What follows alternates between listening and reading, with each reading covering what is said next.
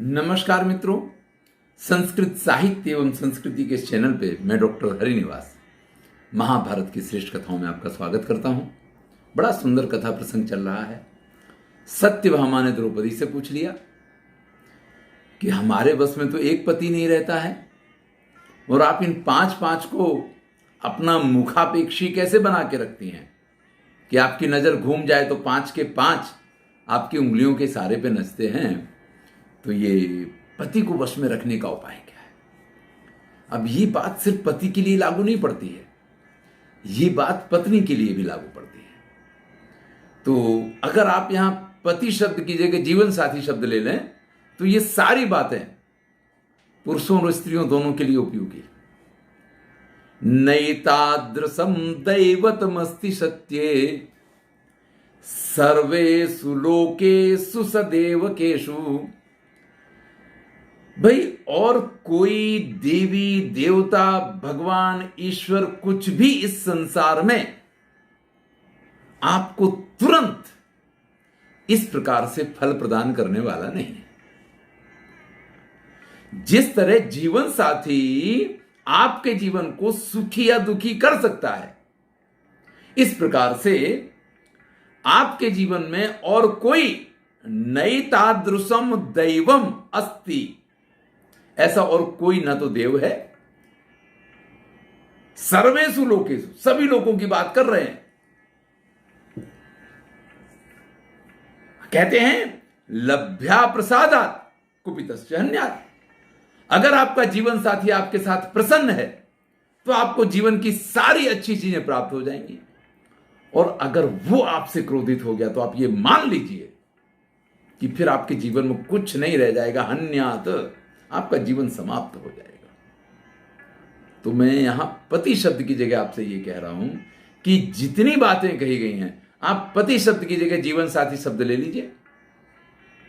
समझ लीजिए कि आपका पूरा जीवन सफल हो जाएगा। तस्माद् अपत्यम विविधाश्च भोगाः शय्यासना उत्तम दर्शनानि वस्त्राणि माल्यानि तथैव गंधा स्वर्गश्च लोको विपुला च कीर्तिः। देखिए, आपका जीवन साथी ही है जिससे आपको संतान की प्राप्ति होती है। ऐसा तो नहीं है कि संतान सिर्फ स्त्री को ही मिलती है, पुरुष भी तो उसका पिता बनता है, और पुरुष अपने आप तो संतान उत्पन्न कर नहीं लेगा। तो ये जो बातें कही गई हैं वो सारी बातें जीवन साथी शब्द लेकर के आप चलिए, देखिए आपको एक नई दृष्टि प्राप्त होगी। तस्माद् अपत्यम, उसी से आपको संतान की प्राप्ति होगी। विविधाश्च भोगा, और तरह तरह के भोग जो आपको चाहिए वो आपका जीवन साथी ही आपको देता है। संसार के जितने उत्तम भोग हैं, जितने उत्तम सुख हैं, वो आप किसके साथ प्राप्त कर सकते हैं? अकेले तो मित्र ये पूरी दुनिया जो है काटने दौड़ती है। अगर जीवन साथी साथ में ना हो ना, तो आप कहीं मकान किराए पे लेने जाएं तो लोग किराए पे मकान भी नहीं देते हैं किसी अकेले व्यक्ति को, चाहे वो स्त्री हो चाहे वो पुरुष हो। लोग यही सोचते हैं कि पता नहीं किस प्रकार का नेचर होगा इसका। तो जीवन साथी साथ में हो तो क्या क्या लाभ हैं? तस्माद् अपत्यम विविधाश्च भोगाः शय्या आसन उत्तम दर्शनानि। जाइए पिक्चर देखने, अकेले जाइए और जीवन साथी के साथ जाइए, आपको मालूम पड़ जाएगा कि किस में अधिक आनंद आता है। शैया, आप अकेले सो जाइए और जीवन साथी के साथ सोइए, देखिए आपको किस में अधिक आनंद मिलता है। वस्त्राणि माल्यानि तथैव गंधा। वस्त्र पहन लीजिए, अच्छे से अच्छे वस्त्र पहन लीजिए। अरे तारीफ करने वाला कोई तो चाहिए ना। अगर आप अच्छे से तैयार होते हैं और कोई आपकी तरफ देख करके एक बार ये भी नहीं कहता है कि वाह ये चीज तो बड़ी अच्छी लग रही है, चाहे वो साड़ी हो, चाहे आपका सूट हो, चाहे आपका कुर्ता हो, चाहे आपका और वस्त्र हो, तो ये जितनी भी चीजें हैं वो सारी चीजें जीवन साथी के माध्यम से ही आपको सुखी बनाती हैं। स्वर्गश्च लोको विपुला च कीर्ति। ये पृथ्वी आपके लिए स्वर्ग बन जाता है और आप इस संसार में यशस्वी बनते हैं अगर उत्तम जीवन साथी हो। तो भैया, अगर आपको जीवन साथी को उत्तम बना के रखना है तो उसके साथ और किन किन बातों का व्यवहार करना चाहिए, आगे द्रौपदी कह चुकी है लेकिन वो बात वहां पे पूरी नहीं हुई। सुखम सुखे नेह न जातु लभ्या। द्रौपदी कह रही है कि यहां सुख सुख से प्राप्त नहीं होता है।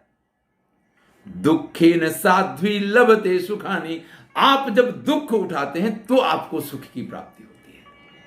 आप जीवन साथी के लिए अगर आप समर्पित हैं तो जीवन साथी आपको सुखी बनाएगा। अगर आप ये कहें कि नहीं मेरा सुख तो इसमें है, आप मेरे सुख का ख्याल कीजिए, तो कहेगा तुम तुम्हारे घर हम हमारे घर। लेकिन अगर आपकी तैयारी है कि आप उसके लिए खुद को घिसना चाहते हैं तो वो आपके लिए खुद को घिस देगा। तो यहां बड़े सुंदर शब्दों में महर्षि वेदव्यास लिखते हैं कि सुखम सुखे नेह न जातु लभ्या। कभी भी सुख के माध्यम से सुख की प्राप्ति नहीं होती है।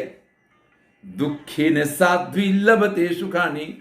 अगर आपको सुख चाहिए तो पहले आपको दुखी होना पड़ेगा। दुखी होना पड़ेगा यानी दूसरे के बारे में सोचना पड़ेगा। अपने सुख के बारे में कभी भी सोच करके आप जीवन साथी को सुखी नहीं कर सकते हैं। और अगर आप जीवन साथी को सुखी नहीं कर सकते हैं तो आप तो सुखी रह ही कैसे सकते हैं। अस्याः प्रियोस्मीति यथा विदित्वा त्वामेव संश्लिष्यति तद विधस्त्व। भाई जीवन साथी को यह एहसास होना चाहिए आपके। देखिए इसलिए एक शब्द है इंग्लिश में, माई बेटर हाफ, यानी मुझसे श्रेष्ठ मेरा आधा शरीर, इस प्रकार की बात कही जाती है। तो अस्याह प्रियो अस्मीति, मैं ही आपको सबसे अधिक प्रिय हूं या आप ही मुझको इस संसार में सबसे अधिक प्रिय हैं। इस प्रकार का व्यवहार सिर्फ आपको करना नहीं है। मैं खुद को इतना प्रेम नहीं करता हूं या मैं खुद को इतना प्रेम नहीं करती हूं जितना आपको करती हूं, जितना आपको करता हूं। जब आप ये एहसास सामने वाले को करवा देते हैं तब, और लिखा है संश्लिष्यति, इस प्रकार का एहसास आप उसको गले से लगा लगा के करवाइए। और जब आप इस प्रकार का एहसास करवा पाते हैं तब आपका जीवन जो है वो अत्यंत सुखी हो जाता है। त्वत्सन्निधौ यत् कथते पतिस्ते। आपका जीवन साथी अपने जीवन की बहुत सारी ऐसी बातें हैं जो एकांत में आपसे कह देता है कि यार मेरे जीवन की ये समस्या है, ये परेशानी है, ये दुख है। आपको कभी भूल करके भी वो बात किसी के साथ शेयर नहीं करनी चाहिए। चाहे वो आपके बच्चे हों, चाहे आपकी माँ हों, चाहे आपकी बहन हों या कोई भी हो, उनके साथ वो चीजें शेयर नहीं करनी चाहिए। त्वत्सन्निधौ यत् कथयेत् पतिस्ते यदप गुह्यम परिरक्षितव्यम। उस बात की रक्षा करनी, उस बात को अपने तक ही सीमित रखना, ये आपकी सबसे बड़ी जवाबदारी है। फिर अंत में द्रौपदी सत्यभामा से कहती है, महाकुलीना फिर पापी का भी स्त्री भी सती भी तव शक्यमस्तु। जीवन में इतना याद रखिए, जो उत्तम कुल की स्त्रियां हों, जिनका स्वभाव अच्छा हो, यानी जो अच्छे अच्छे लोग हैं, आपको उनका साथ करना चाहिए। पुरुष बाहर हैं, उनके लिए भी ये संभावनाएं पूरी पूरी होती हैं कि कोई ऐसा मित्र मिल जाए जो स्वयं दुराचारी हो, जिसका खुद का चरित्र खराब हो, तो आपको भी कुछ ऐसे मार्ग में ले जा सकता है। स्त्रियों के साथ भी इस प्रकार की घटनाएं घटित होने की पूरी पूरी संभावना होती है। तो सबसे अंत में द्रौपदी सत्यभामा से जो कह रही है, मैं भी उसी बात को आप सबसे कह रहा हूं कि जो उत्तम लोग हों उन्हीं का साथ कीजिए। यहां कहा है स्त्री भी सती भी तव शक्यमस्तु। आपकी मित्रता सती स्त्रियों के साथ होनी चाहिए, जिनके आचरण उत्तम हैं, उनके साथ आपकी मित्रता होनी चाहिए।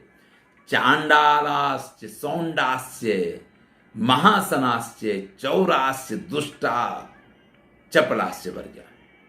जो चांडाल किस्म के लोग हैं, जो सौंड किस्म की तरह के लोग हैं, जो चोर हैं, दुष्ट प्रकृति के लोग हैं, ऐसे लोगों से दूर रहना चाहिए, ऐसे लोगों का साथ नहीं करना चाहिए। इस प्रकार से द्रौपदी ने सत्यभामा को बहुत अच्छी तरह से ये समझाया है कि जीवन में पति को वश में रखने के लिए, या मैं ये कहूँ कि इस माध्यम से महर्षि वेदव्यास ने बहुत अच्छे शब्दों में हमें ये समझाया है कि जीवन साथी को खुश रखना, उसको सुखी रखना, यही मेरे सुख की चाबी है। चाहे उस सुख में थोड़ा सा मेरा दुख छुपा हो, चाहे उसको सुखी बनाने में मुझे थोड़ा सा दुख उठाना पड़े, मेरे मन की कुछ चीजें मुझे पीड़ित करें कि ये चीज तो यार मुझसे नहीं बर्दाश्त होगी, लेकिन अगर आप उन चीजों को सहन कर पाते हैं तो आप ये मान लीजिए कि आपके जीवन में से दुख चले जाएंगे, आप और अधिक सुखी हो जाएंगे। लेकिन जब व्यक्ति सिर्फ अपने बारे में सोचने लग जाता है तो सुख से सुख की प्राप्ति नहीं होती है। इसके बाद सत्यभामा श्री कृष्ण वहां से प्रस्थान करने की तैयारी करते हैं। मार्कंडेय मुनि से भी अनुमति ली गई है, सभी पांडवों से अनुमति ली गई है। अंत में सत्यभामा द्रौपदी से गले मिलती हैं। बड़े सुंदर शब्दों में महर्षि वेदव्यास इसका वर्णन करते हैं। सत्यभामा ततस्तत्र स्वजित्वा द्रुपदात्मजम। इसके बाद सत्यभामा द्रौपदी को अपने गले से लगा लेती है। देखिए, मिलन एक चीज होता है। आप आते हैं, किसी से गले मिलते हैं, कई बार तो आपने इस प्रकार के व्यवहार देखे होंगे कि हम जिससे परिचित नहीं होते हैं उससे भी गले मिलने का नंबर आता है। आजकल की स्थितियां अलग हैं, आजकल तो हाथ भी नहीं मिलाते लोग बाग, लेकिन उससे भी गले मिलना पड़ता है। लेकिन उसका अर्थ ये नहीं होता है कि आप वास्तव में गले मिल रहे हैं। लेकिन जो आलिंगन होता है कि जब आप एक दूसरे में खो जाना चाहते हैं, जब आपके हृदय से मिलते हैं, तब आपको इस चीज का एहसास होता है कि नहीं, ये एक अपूर्व सुख की प्राप्ति हो रही है। चाहे वो दो मित्र गले मिल रहे हों, चाहे दो सखियां गले मिल रही हों, चाहे पति पत्नी गले मिल रहे हों, या बहन भाई भी मिल सकते हैं। जो लोग इस प्रकार से जब गले से मिलते हैं तो उसके अंदर एक आत्मीयता और एक जो स्नेह का प्रवाह होता है। आज सत्यभामा द्रौपदी के उस उपदेश से स्वयं को इतना लाभान्वित महसूस कर रही हैं, क्योंकि कृष्ण की इतनी पत्नियों के बीच में हमेशा एक ईर्ष्या और हमेशा एक प्रकार का भाव, हमने बहुत सारी ऐसी कथाएं सत्यभामा और रुक्मिणी को लेकर के, कृष्ण को लेकर के सुनी हैं, पढ़ी हैं, आपने भी जानी होंगी हैं। और उन सब से बाहर आने का एक रास्ता द्रौपदी ने उनको दिखाया है। तो बड़ा जोर से स्वजित्वा द्रुपदात्मजम ऐसा लिखते हैं महर्षि वेदव्यास, उनको अपनी छाती से चिपका लेती हैं या छाती से दबा लेती हैं। कृष्णे मां भूत तवोत्कंठा। और फिर सत्यभामा द्रौपदी से कहती है, हे कृष्णा, आप अब किसी भी प्रकार से व्याकुल ना हो, आपको किसी प्रकार की पीड़ा नहीं होनी चाहिए, आपको किसी भी प्रकार का दुख नहीं होना चाहिए, क्योंकि आप जैसी उत्तम व्यक्ति जो हो वो इस संसार में बहुत दिनों तक दुख उसके भाग्य में नहीं हो सकता है। नहीं हेवम शील संपन्ना नैवम पूजित लक्षणा प्राप्नुवन्ति चिरम क्लेशम यथा त्वम असि दीक्षणा। ऐसे व्यक्ति को बहुत लंबे तक, चिरकाल तक क्लेश की प्राप्ति नहीं हो सकती है, जैसी आप पूज्या हैं, जैसी आप शील संपन्न हैं, जिस प्रकार की आप हैं। और फिर काफी देर तक प्रशंसा की है द्रौपदी की, और द्रौपदी की प्रशंसा करने के बाद सत्यभामा द्रौपदी को उनके पुत्रों के बारे में फिर से समाचार देती हैं और उनसे कहती हैं, पुत्रस्ते प्रतिविंध्यस्य सुत सोमस तथा विधा। सभी पुत्रों का नाम उल्लेख करके कहती हैं कि आपके प्रतिबिंध, सुत सोम, श्रुतकर्म, शतानीक और श्रुतसेन, ये जो पांचों पांडवों से 5 पुत्र हैं, वो सभी, पहले भी ये समाचार दिए गए थे, वो सभी द्वारिका में सकुशल हैं और स्वयं प्रद्युम्न जननी तथा भजते सर्वात्मना चैव भानु प्रवृत्तिभिश्चैतान विसिनष्टि च केशवा।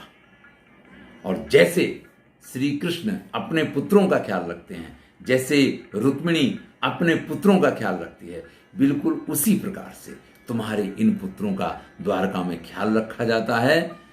अभिमन्यु की माता जो सुभद्रा है, वो अभिमन्यु को जितना प्रेम करती है उससे कहीं अधिक प्रेम आपके पुत्रों को करती है। तो आप पुत्रों की तरफ से निश्चित रहिए, आपके पुत्र परम योद्धा के रूप में तैयार हो रहे हैं, और इस संसार के सर्वश्रेष्ठ योद्धा जो आपके पति हैं, उनके पुत्रों के अंदर भी वही क्षमता हम द्वारका में देख पा रहे हैं। इसलिए अब आपकी पीड़ाएं बहुत लंबे समय तक रहने वाली नहीं हैं। द्रौपदी भी सत्यभामा को विदा करती हैं, श्री कृष्ण पांडवों से विदा लेते हैं और उसके बाद श्री कृष्ण सत्यभामा को रथ पे बिठा करके द्वारका के लिए प्रस्थान करते हैं। श्री कृष्ण द्वारका के लिए चले गए, मार्कंडेय मुनि ने भी विदा ले ली, पांडव अपने वहां वन में अकेले रह गए हैं, वही द्वैत वन है। आगे के आयोजन शुरू होंगे, तो इससे आगे की कथा हम अगली वीडियो में सुनेंगे। मैं हूं डॉक्टर हरिनिवास और चैनल का नाम है संस्कृत साहित्य एवं संस्कृति। महाभारत की श्रेष्ठ कथाएं चल रही हैं, आनंद लीजिए। अच्छा लगे तो मित्रों के साथ शेयर कीजिए। धन्यवाद।